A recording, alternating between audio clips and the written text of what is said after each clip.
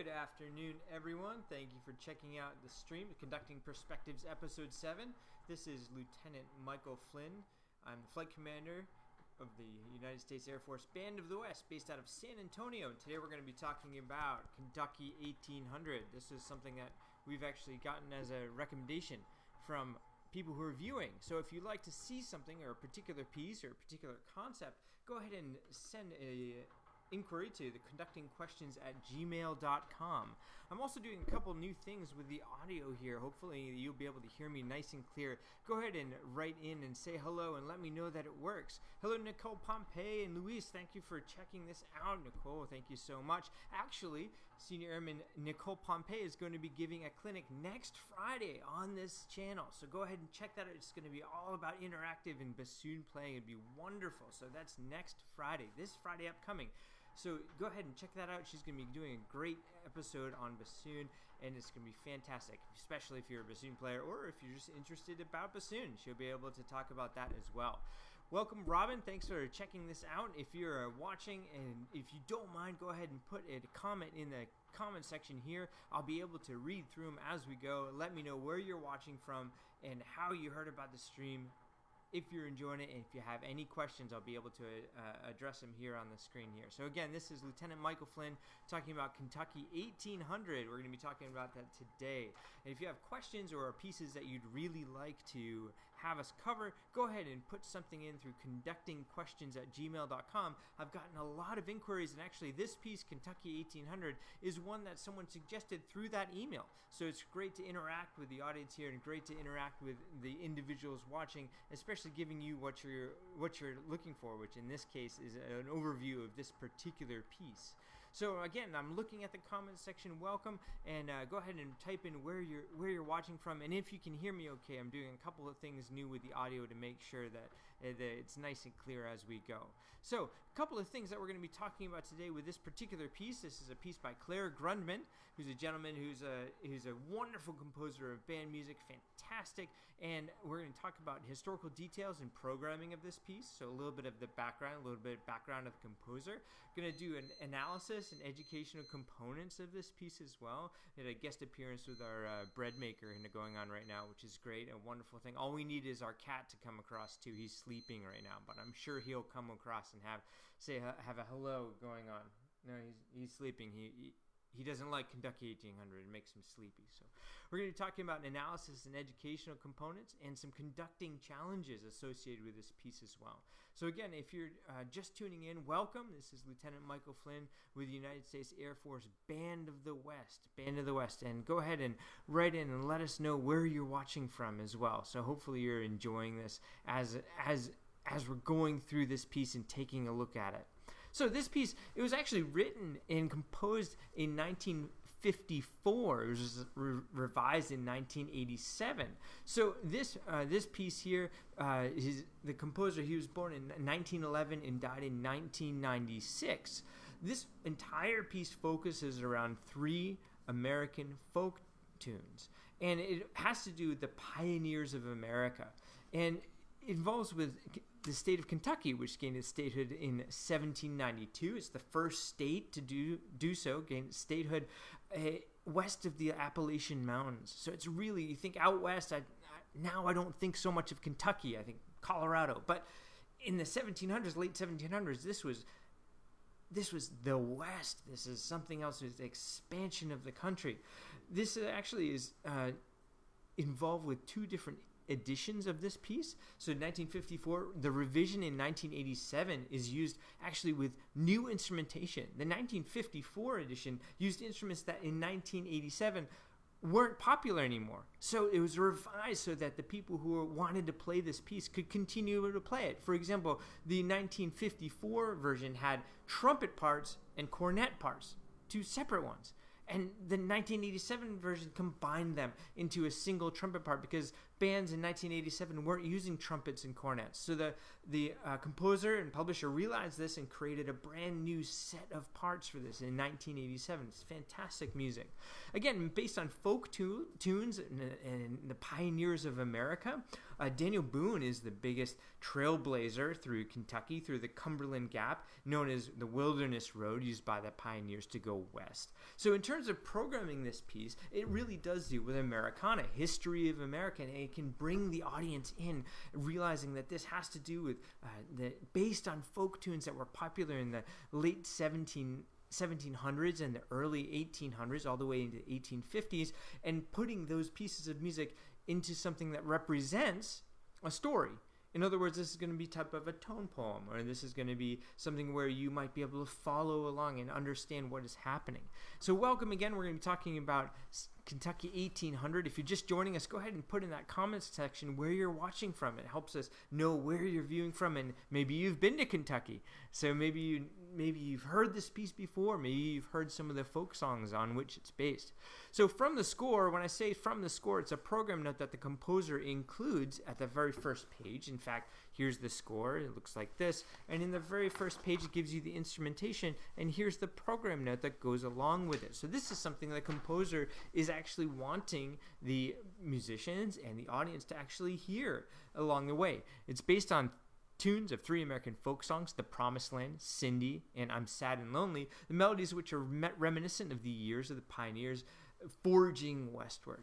It's a rhapsodic tone poem in which thematic material is treated in great depth and variety. So what that means is they take the tunes that it's based on, those 3 tunes, and then change them a little bit as they morph one to the next, all in a single movement, so they're transitioned together. We're going to be talking about transitions today as well. So this is one of my favorite pieces for band. A lot of the big questions about this is, what level is this? Now, I know that this is something that that is programmed frequently, and within this particular piece of music, and I'll use actually an example from Kate Margrave, who's a band director in Colorado. She's actually programmed this piece for a middle school band and a high school band. So there's a lot of variety that you can do in terms of the programming of this piece. It's an audience favorite because it uses songs that the audience can relate to, and perhaps ones that they've heard before. And it's a fantastic representation of Americana music. So it's using American folk tunes and using something where people can relate to them, something that perhaps they've heard before, perhaps they've heard growing up. So loading in here, loading in the comments, and welcome. We've got some comments coming in here as well. So I'm glad that you're watching this, and please go ahead and write in where you're watching from if you can along the way. If you have any questions too, write in that for me as well. I'll be able to respond in real time, which is a fantastic way for us to connect with you here at the Band of the West. So, in terms of the editions, the 1954 edition used a condensed score. And so what that means is that all of the instruments are smashed into 4 or 5 small lines. Now, a regular score, and we'll have examples of this in the next slide, is that has all the instruments listed out individually. This particular one, as you can see on the very bottom here, it says TRBS period. So that's the trombones are playing there, the horns, the cornet 3, cornets 1 and 2, and you've got woodwinds here. So you've got a lot of different options of who's going to be playing these particular lines. Now, the condensed score is something that's in C. So in other words, you could take this piece of music that's sitting in front of you right here and play it on the piano. And you can play it and hear exactly what this is going to sound like, which is a fantastic way for people to use the condensed score in terms of hearing it in their own head, hearing about what the music is actually going to sound like without doing any changing. So in other words, if you're a conductor and you're looking at a regular piece of score music that is transposed, you're looking at what the players are looking at. And so in other words, if you're going to play one note on the trumpet, it is not the same note actually that they're going to be playing on the piano. Now those 2 notes will actually sound the same, so we do that in our heads as we look through this music. However, in the condensed score, you can actually see what everyone's doing in C. So this is actually what the sound is going to be happening. So this particular type of score is not one that I particularly enjoy using. I like to have all of the details in there and I can see every single part. However, in the 1950s, it was actually it was less expensive to produce these types of scores, and it was easier for them to put them together. A lot of composers will actually compose from this kind of condensed score. So they'll compose on the piano first and then revoice them later on. So that's just one type of score that you'd be seeing in the 1954 edition. 1987 revision, you've got a score that looks like what you see in front of you now, which is all of the instruments passed throughout the entire page. So you can see exactly what the piccolo is doing, exactly what the clarinet's doing, exactly what clarinet 3 is doing, which is helpful in terms of rehearsing and making sure that you're hearing exactly what you want to hear. The musicians have what's exactly in front of them. So this is just the first page of the score, and this is the first half of it. So and the scores are really long. You can see kind of here what the entire thing looks like, and as a result, on these little slides, we only put a little portion of it for you to kind of follow along there. So again, this is not something that I particularly enjoy conducting from the condensed score, as you can see in the previous slide. And you can go back and look at the difference between them. This one has a lot of information on it, but it actually skips out on a couple of the instruments, and it doesn't give complete information. It gives complete note information. It has all the notes that are in there, but not all the people who are playing every single note. In this edition, you can actually see, oh, clarinet 1 is doing this, instead of just clarinets are generally playing this. It leads to more exacting rehearsal techniques, and which is why I prefer the full score. So another thing that they've done in this particular piece is they've taken the edition that's in front of you and made it into a piece, an arrangement for what's called a flex band. And so this piece is so popular that the publisher really wanted to get an arranger to put it together for maybe a band that isn't quite as good. And for what they did for that is they created a limited number of parts. And so in the slide you're looking at here, you have one part for every instrument. Now in the next slide here, you've got an example of what's called a flex band edition. And you've got part 1, and part 2, part 3, part 4, and part 5, and the instruments are grouped together within those parts. Cheryl Stafford Kibbe, thank you so much. Thank you so much for checking it out. And I know this is Greek 10 times for you, but hopefully we're going to give you a little bit of perspective in terms of what we're looking at as conductors. And so thank you so much for checking this out, and glad you're checking out the live stream. Hopefully we can make a little bit more sense of this for you along the way. If you have questions, go ahead and put them in there, and hopefully I can answer them for you. So this flex band version, or a band that has a flexible instrumentation, you have a lot of different things that are happening simultaneously. It leaves out a number of the things in the original. However, it makes the tunes in this particular piece of music more approachable for people who are a little bit less experienced on their instruments. So it'll sound generally like the original, except the parts are moved around a little bit to be a little bit easier for younger players. So that's what those flex band arrangements mean. So analysis and educational components. Now there's a couple of big thank yous I'd like to give here at this point, because there are a number of individuals who have helped me tremendously put this particular presentation together. And not everywhere is open quite yet, and not all of our books are accessible. And so Kate Margrave, Justin Swearinger, and Claire Glover have all helped me to put together this information from a number of different sources that I didn't have accessible at this moment. So thank you again, Kate, Justin, and Claire, for your help in this. And actually this particular information here that you can see below comes from Kate Margrave's website, that she breaks down and charts out a number of these components, which I think is a fantastic thing to do if you're looking at grading this music yourself. So I talked a little bit about tone poem before. This is going to be 3 songs that are linked together without any break between them, and it's going to be a single element that relates to a particular story or period of time. So this is Pioneers Forging Westward. So charting it out. Basically, what charting it out means is going through this particular score and seeing what challenges there may be for your particular ensemble. Now, in general, they have general grading material. So this one's done as a grade 2. Not meant that means it doesn't mean it's for second graders, but rather a level distinction between different instrumental pieces. So this one's a grade 2. Now, generally, there are components that combine to create that grading. However, if you chart it out like Kate Margrave has done, you can come up with these charts here. So as you can see in this particular slide, you have technical considerations. And each one of these elements are elements that you can find within this score. So you kind of read through it like you've seen in the previous score study videos, and you come up with a list of things that are difficult about this piece. Now, if you are familiar with the ensemble that you're going to have play this particular piece, you can look at those technical considerations and then make a decision about, do I want to program this? Well, it involves accented eighth notes, dynamic contrast, accidentals, solis.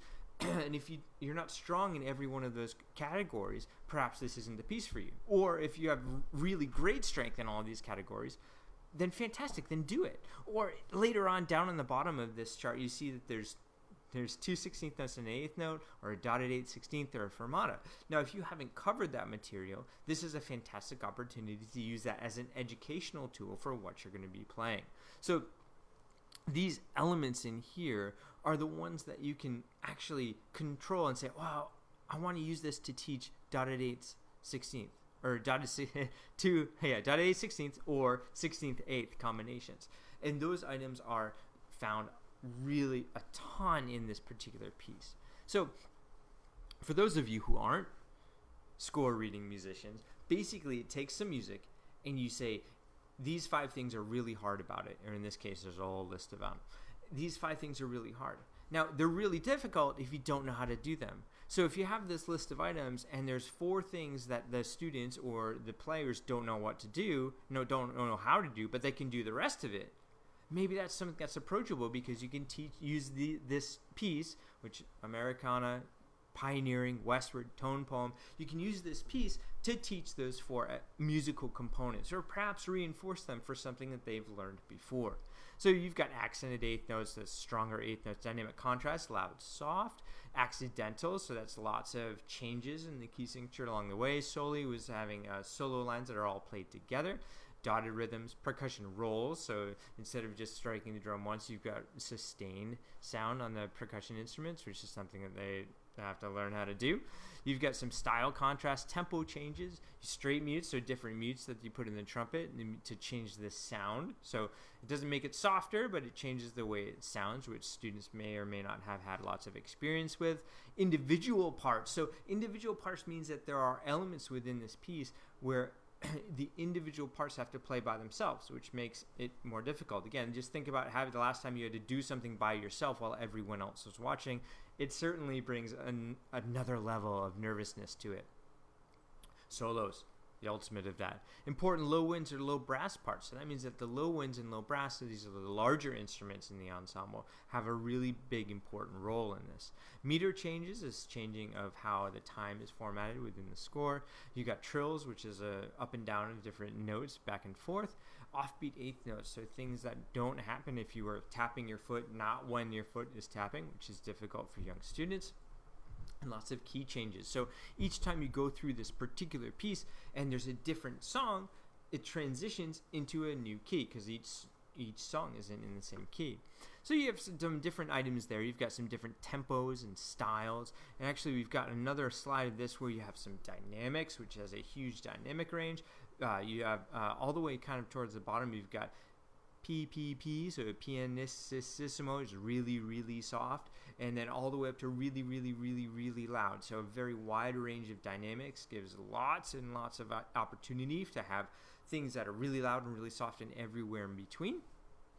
And you've got some articulations, and you've got ties, accent slurs, tenuto accents, tenuto, and that leads into a number of the different conducting elements in this piece. One of the biggest challenges in this piece is the interdependence of the musical line. So if you hear one person playing the piano, you might, or you hear one person singing a song is a better example. One person singing a song, the person singing the song is all singing this by themselves. The single line of the song happens in a single voice, the person who's singing.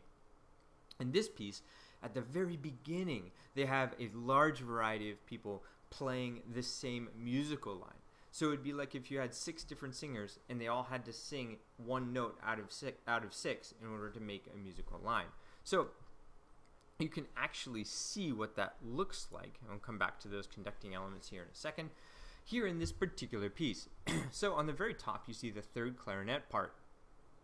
And then on the very bottom you actually see all of the brass parts in this very opening. It starts in measure 1, and you're looking at measure 1, 2, and 3, the first segments of this as well. So what you have, if you're a 3rd clarinet player, that's what you're looking at, is the very top line here. This is what you have. So if you're not a musician and you're looking at this, you may say, wow, there's not a whole lot there. And you're absolutely correct.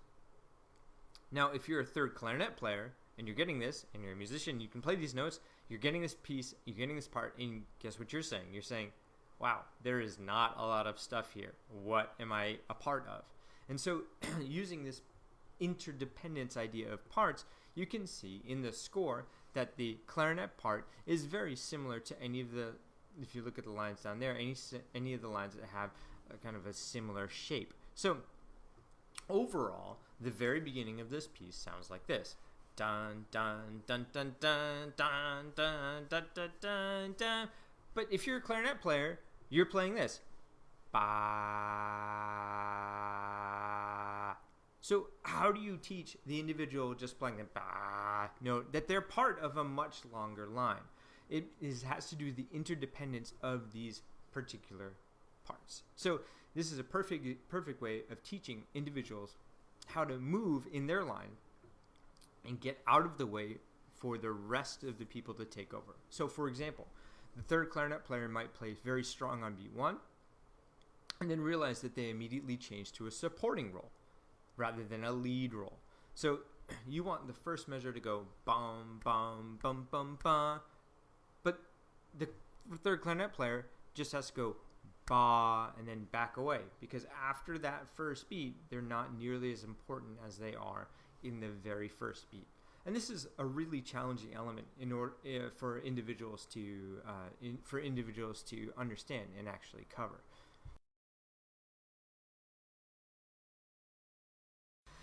So it's very difficult for individuals to have that concept of, I have one part, but it's part of a line that's being performed by 6 or 7 or 8 different individuals. So actually my wife's getting me some water, which is really nice. Ooh, a nice Gatorade bottle.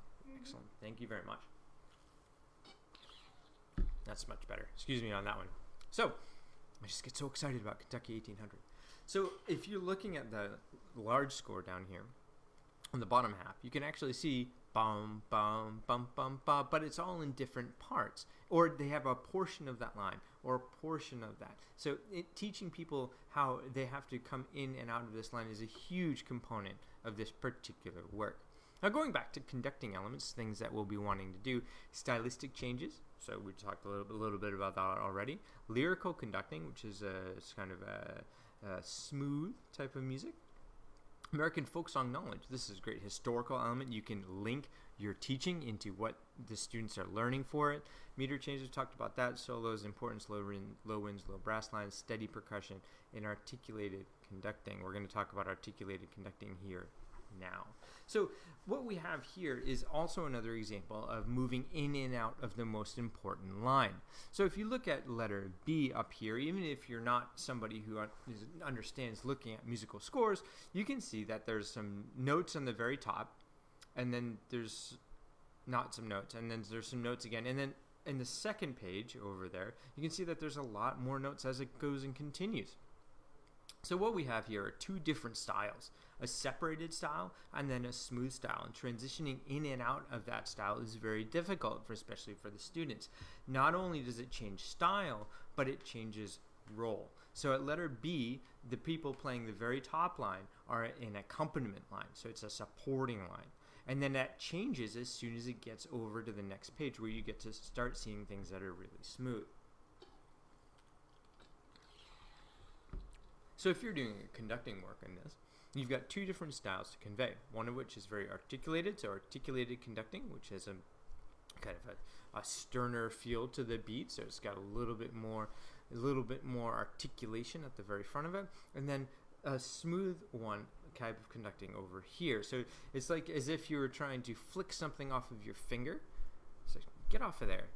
And then moving to something where you would pet a dog or feel like a sheet of silk, something like that. So here you might get something that's this way, and then transitioning to something that is really smooth. And so when you see conductors do different movements like that, it's transitioning between different styles. Now, just because the conductor does this, the student doesn't necessarily understand, or the musician doesn't necessarily understand, that they're moving from something that is accompaniment to very much the melody line. So these individuals would be at the very front part of the rows, and the flutes and the clarinet. So you'd start off here, bum, dee, dum, bum, and there'd be somebody else that they're conducting. So during this particular section, now the brass have the melody, which is wonderful. So they're doing their nice brass melody, and they're conducting kind of towards those individuals. And then you move toward the lyrical ones to where the players just start to come in on the second page. And knowing that you're changing focus can be accomplished through conducting by changing your focus of the conducting from individuals to individuals. So if I'm not looking at you, there's an indication like, wow, I must not be as important to him right now. Well, absolutely, and that goes along with actually conducting as well. So if I'm conducting the brass, I'm ignoring you. You're the flute section, by the way. Congratulations. So you're the brass players. They're playing this thing, and then I move over to you. Then I must be more important here. It's because you're transitioning to a more melodic role in the particular type of music that we're doing as well. So as conductors, we're trying to highlight that for different types of sections, and I'm doing this, and this is because in the arcs in which we sit in the band, that the brass generally sits in the back, and the woodwinds like flutes and clarinets generally sit in the front. So that's kind of the rotation that we do during this particular section in order to emphasize the change from marcato and not the main portion to legato and having the main melodic role. This particular piece has a lot of transitions, and what that means is moving from one piece to another. For example, this is the motion from the previous folk tune to Cindy. So on the trumpet, there's one solo part, which is why another part that makes this very difficult.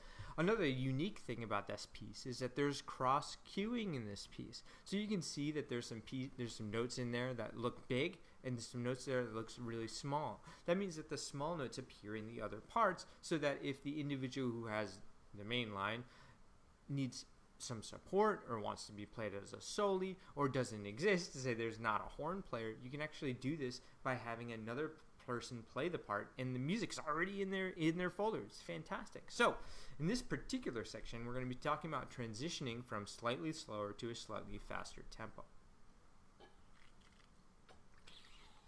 Not only are we moving from a slightly slower to a slightly faster tempo, we're moving from a 4/4 time to a 2/4 time. So it's a time meter shift as well. So the most important thing during this section is memorizing what you're going to be conducting. And then, I guess there's two important things. Memorizing what you're going to be conducting, and then connecting with the players as you execute. Because during the transition is where the ensemble members need you the most. You think about what people do, they say for flying, right? Air Force. Flying, takeoff and landing are the most difficult elements. Absolutely. Because that's when all the speed increases or decreases so dramatically.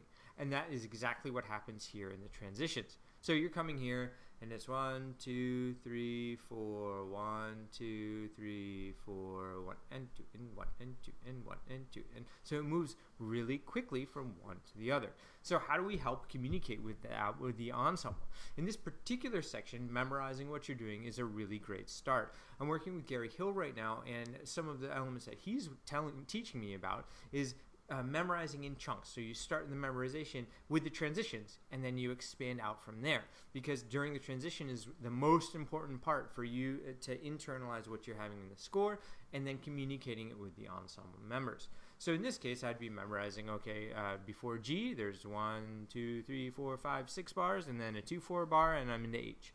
So that's something I would have, and I'd say, okay, well, there's trumpet, and then horns, and then trumpet, and then there's going to be a little brass, and then I start it again. So that's something that you can definitely use during this particular section, is that memorization. Preparing the ensemble for the change. This particular one is really great because in the last bar of 4, which is your first picture on your left, the last part of it doesn't have anything happening. So you can actually use that as a prep beat for the new tempo. So if you just change something rapidly, it's like driving in a car with somebody who's just learning how to do stick shift. It can be somewhat jerky. So we want to smooth that over by preparing it. You want to put the clutch in a little bit and then ease it off to prepare for the new speed. So one way to do that is to be continuing in this tempo, 2, 3, 4, 1. And then the prepare beat is going to be in time for the new tempo. So you get 1, 2, 3, 4, 1. But in this particular case, you don't have all those beats because there's no extra time during this. However, nothing happens on beat 4. So you can use beat 4 to prep for the next section. So you'd be using beat 4 to prepare for the transition into the new tempo. So you might get 1, 2, 3, 4, 1. Now you say delete before isn't exactly in time. You're correct. But beat 4, nothing happens on it. So as long as you're maintaining the tempo as a conductor, you can stop on beat 3, a little stop beat, and then restart in the new tempo. And the way that musicians communicate that is that the new tempo prep is in the new tempo time. So you might get something like this. Beat da dum ba dum bum bum bum bum bum bum ba jum bop bop bop bop bop bop. And what I'm singing is the offbeats in the new section. And this goes towards some of the challenges of this piece, is playing on the offbeats. So you've got, this is 3 bars before the transition. You get 1, bum bum bum bum bum bum bum bum bum bum bum bum bum bum do da do da do da do da do da do da do da da. Is a really nice catchy tune. We're going to be talking about that here in just a second.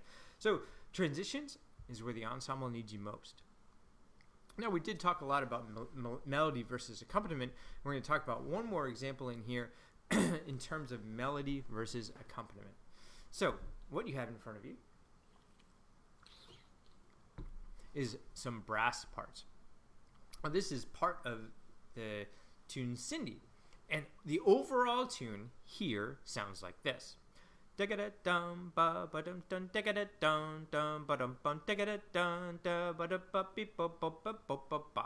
it's really catchy. It is something that you probably recognize, or perhaps something that kind of rings a bell in the back of your head. It's like, oh, I thought I heard that once before.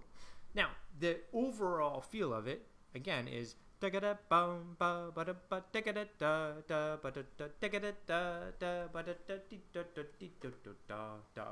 got this overall feel, this collective line.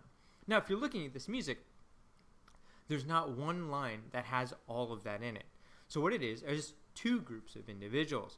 There's the da-ga-da-da parts, and then there's the rest of it. Bum-ba-da-ba-ba, bum-ba-da-ba-ba. So you have actually 2 groups of things that are happening. Now, for me, da-ga-da-da, as a trumpet player, that's a fanfare. So when I think of fanfare, I think of like kings or royalty. And so I'm actually going to use something like this as a gesture to communicate with the brass section.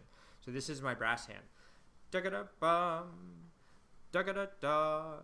And usually actually, for those of you who are conductors, I always start this one out open, with my hand open like this. I'm going to try and move over here so you can see a little bit better. Da-ga-da-da. And then if there's not enough sound, I can always clench my fist to have more sound, or really clench my fist to have even more sound. So it gives me a number of different levels. So I usually start off and assuming that the brass players are going to play loud. But if they're not, they get it a little bit more. So you've got da-ga-da-da, and maybe it's not enough. Da-ga-da-da, da-ga-da-da. And again, you're trying to prepare the musicians for this. And again, this is something I'm working on my own conducting, is making sure that if they're going to go da-ga-da-da, then before they play, you have to prepare the sound that they want. So da-ga-da-da, da-ga-da-da, So something like that is what I would do with this hand over here. Now in this hand over here with the baton, I would actually be doing the rest of it. So in other words, you get B ba da ba B, D ba da ba boom, D ba da ba B. So it's very light and legato. So a very big contrast in the two elements. So in this particular section, I would be doing something that might look like this. So you have the fanfare over here and the rest of it over here. So you get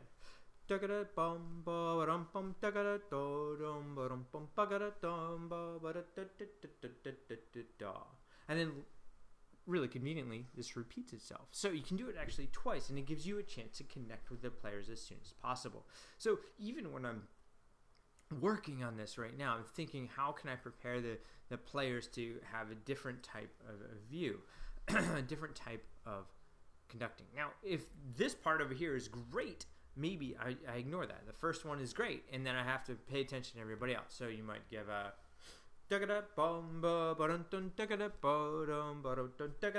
you're acknowledging, yes, this is great, and then moving on. So as you do this, you're educating the ensemble that the overall line is a combination of a variety of different things. Now, if you think about this as like a relay race or something like that, the biggest opportunity for mistake is when? It's when they're passing the baton from one to the other. Now, other than like falling over. But let's assume that everybody can stand upright and run around. The biggest opportunity for mistake is when you're passing one to the next. And the same thing goes for all of the music elements that we're talking about in this particular piece. It's the individual parts aren't so difficult in themselves. However, in order to hear the entire musical line, the individual parts have to be codependent on one another, which is something that is very, very difficult in this particular piece. Another element that I'd like to highlight here is the very bottom line. It actually is just a single line across, and actually has the snare drum and the bass drum part on it. In this particular section, the snare drum plays a melodic role. So they've got part of the dee da da da da dee da da da da, and so they actually have a musical phrase that they can lead through. Do da da da da, dee da da da da. And it's really nice to encourage the percussionists to think as musically as possible. So this again is a really fantastic piece.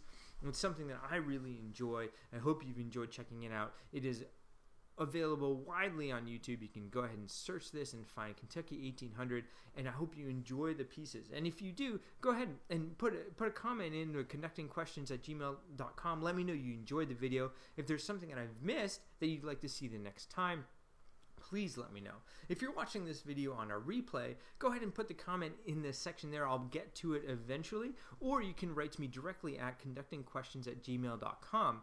Now, next week we're going to be talking all about batons. Now, most people think, oh, they're all the same. They're drastically different, and depending on how, well, we'll talk about it next week. Depending on how you hold it, you're looking at a different type of baton, different styles of batons, and different pros and cons for everything. It's very much like any type of active element that you would have.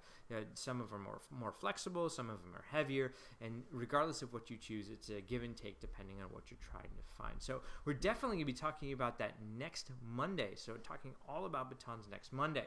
And if you're wondering about bassoons and you've always wanted to know more, this Friday on this exact same channel is going to be Senior Airman Nicole Pompey talking about the bassoon. Again, a very special thanks to Kate Margrave, Justin Swearinger, and Claire Glover for their help in collaborating and bringing the information here so I can then bring the information to you. Thank you so much for watching, and I really hope that you join us next Monday for all about the conducting baton. We'll talk to you then.